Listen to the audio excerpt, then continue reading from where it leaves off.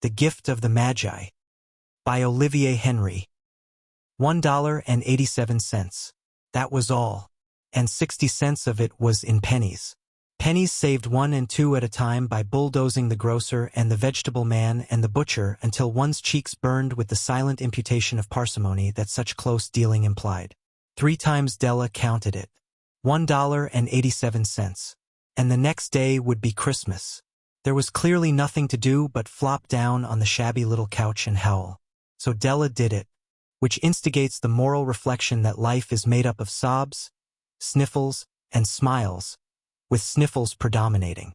While the mistress of the home is gradually subsiding from the first stage to the second, take a look at the home. A furnished flat at $8 per week. It did not exactly beggar description, but it certainly had that word on the lookout for the mendicancy squad.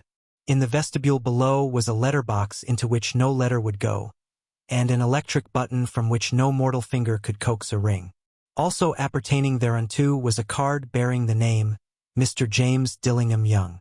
The Dillingham had been flung to the breeze during a former period of prosperity when its possessor was being paid $30 per week. Now, when the income was shrunk to $20, the letters of Dillingham looked blurred, as though they were thinking seriously of contracting to a modest and unassuming D. But whenever Mr. James Dillingham Young came home and reached his flat above, he was called Jim, and greatly hugged by Mrs. James Dillingham Young, already introduced to you as Della, which is all very good. Della finished her cry and attended to her cheeks with the powder rag. She stood by the window and looked out dully at a gray cat walking a gray fence in a gray backyard. Tomorrow would be Christmas Day, and she had only $1.87 with which to buy Jim a present. She had been saving every penny she could for months, with this result.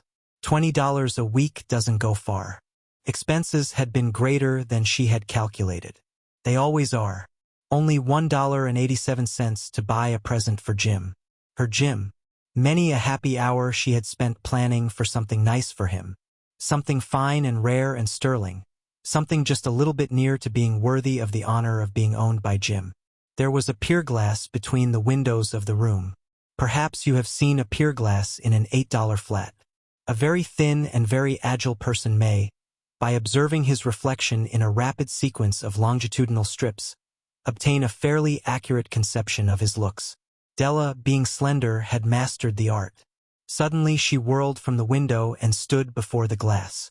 Her eyes were shining brilliantly, but her face had lost its color within 20 seconds.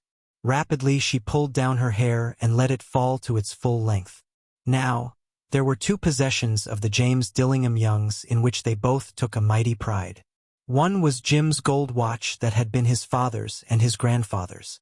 The other was Della's hair. Had the Queen of Sheba lived in the flat across the airshaft, Della would have let her hair hang out the window some day to dry just to depreciate Her Majesty's jewels and gifts. Had King Solomon been the janitor, with all his treasures piled up in the basement, Jim would have pulled out his watch every time he passed, just to see him pluck at his beard from envy. So now Della's beautiful hair fell about her, rippling and shining like a cascade of brown waters. It reached below her knee and made itself almost a garment for her. And then she did it up again nervously and quickly. Once she faltered for a minute and stood still while a tear or 2 splashed on the worn red carpet. On went her old brown jacket, on went her old brown hat. With a whirl of skirts and with the brilliant sparkle still in her eyes, she fluttered out the door and down the stairs to the street. Where she stopped, the sign read, Madame Sofronie, hair goods of all kinds. 1 flight up Della ran, and collected herself, panting. Madam, large, too white, chilly, hardly looked the Sofronie. Will you buy my hair? Asked Della. I buy hair, said Madame. Take your hat off and let's have a sight at the looks of it. Down rippled the brown cascade. $20, said Madame, lifting the mass with a practiced hand. Give it to me quick, said Della. Oh, and the next 2 hours tripped by on rosy wings. Forget the hashed metaphor. She was ransacking the stores for Jim's present. She found it at last. It surely had been made for Jim and no one else. There was no other like it in any of the stores, and she had turned all of them inside out. It was a platinum fob chain, simple and chaste in design, properly proclaiming its value by substance alone and not by meretricious ornamentation, as all good things should do. It was even worthy of the watch. As soon as she saw it, she knew that it must be Jim's. It was like him.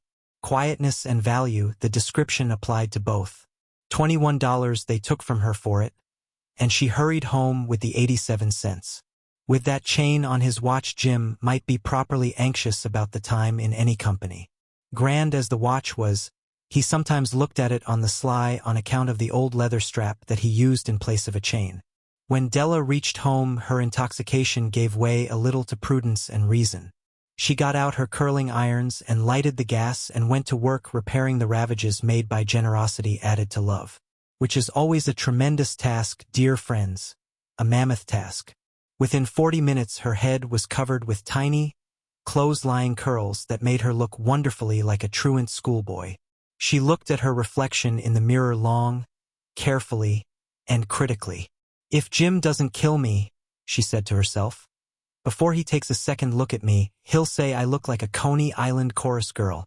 But what could I do? Oh, what could I do with $1.87? At 7 o'clock the coffee was made and the frying pan was on the back of the stove hot and ready to cook the chops. Jim was never late. Della doubled the fob chain in her hand and sat on the corner of the table near the door that he always entered. Then she heard his step on the stair away down on the first flight, and she turned white for just a moment. She had a habit for saying little silent prayers about the simplest everyday things, and now she whispered, "Please God, make him think I am still pretty." The door opened and Jim stepped in and closed it. He looked thin and very serious. Poor fellow, he was only 22. And to be burdened with a family.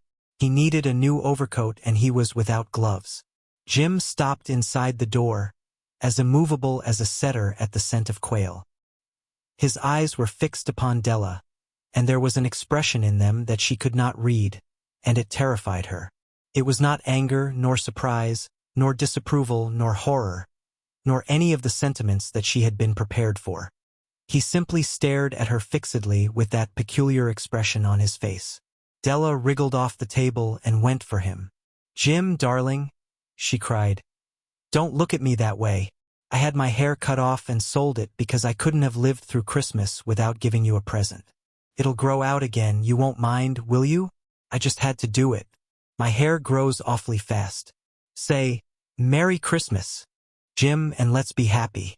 You don't know what a beautiful, nice gift I've got for you." "You've cut off your hair?" asked Jim laboriously, as if he had not arrived at that patent fact yet even after the hardest mental labor. "Cut it off and sold it," said Della. "Don't you like me just as well, anyhow? I'm me without my hair, ain't I?" Jim looked about the room curiously. "You say your hair is gone?" he said, with an air almost of idiocy. "You needn't look for it," said Della. "It's sold, I tell you, sold and gone, too. It's Christmas Eve, boy. Be good to me, for it went for you. Maybe the hairs of my head were numbered." She went on with sudden serious sweetness. "But nobody could ever count my love for you. Shall I put the chops on, Jim?" Out of his trance, Jim seemed quickly to wake. He enfolded his Della. For 10 seconds let us regard with discreet scrutiny some inconsequential object in the other direction. $8 a week or $1 million a year. What is the difference? A mathematician or a wit would give you the wrong answer. The Magi brought valuable gifts, but that was not among them. This dark assertion will be illuminated later on. Jim drew a package from his overcoat pocket and threw it upon the table. "Don't make any mistake, Dell," he said. "About me. I don't think there's anything in the way of a haircut or a shave or a shampoo that could make me like my girl any less. But if you'll unwrap that package, you may see why you had me going a while at first." White fingers and nimble tore at the string and paper. And then an ecstatic scream of joy. And then, alas, a quick feminine change to hysterical tears and wails, necessitating the immediate employment of all the comforting powers of the lord of the flat. For there lay the combs, the set of combs, side and back, that Della had worshipped long in a Broadway window. Beautiful combs, pure tortoise shell, with jeweled rims, just the shade to wear in the beautiful vanished hair. They were expensive combs, she knew, and her heart had simply craved and yearned over them without the least hope of possession. And now, they were hers, but the tresses that should have adorned the coveted adornments were gone. But she hugged them to her bosom, and at length she was able to look up with dim eyes and a smile and say, "My hair grows so fast, Jim." And then Della leaped up like a little singed cat and cried, "Oh, oh!" Jim had not yet seen his beautiful present. She held it out to him eagerly upon her open palm. The dull, precious metal seemed to flash with a reflection of her bright and ardent spirit. "Isn't it a dandy, Jim? I hunted all over town to find it. You'll have to look at the time 100 times a day now. Give me your watch. I want to see how it looks on it." Instead of obeying, Jim tumbled down on the couch and put his hands under the back of his head and smiled. "Dell," said he, "let's put our Christmas presents away and keep 'em a while.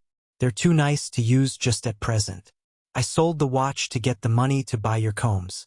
And now suppose you put the chops on." The Magi, as you know, were wise men, wonderfully wise men, who brought gifts to the babe in the manger.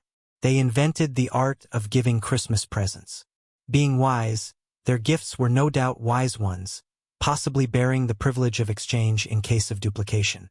And here I have lamely related to you the uneventful chronicle of two foolish children in a flat who most unwisely sacrificed for each other the greatest treasures of their house. But in a last word to the wise of these days, let it be said that of all who give gifts these two were the wisest. Of all who give and receive gifts such as they are wisest. Everywhere they are wisest. They are the Magi. You are in the Silver Library. If you enjoyed the experience, like and subscribe for more.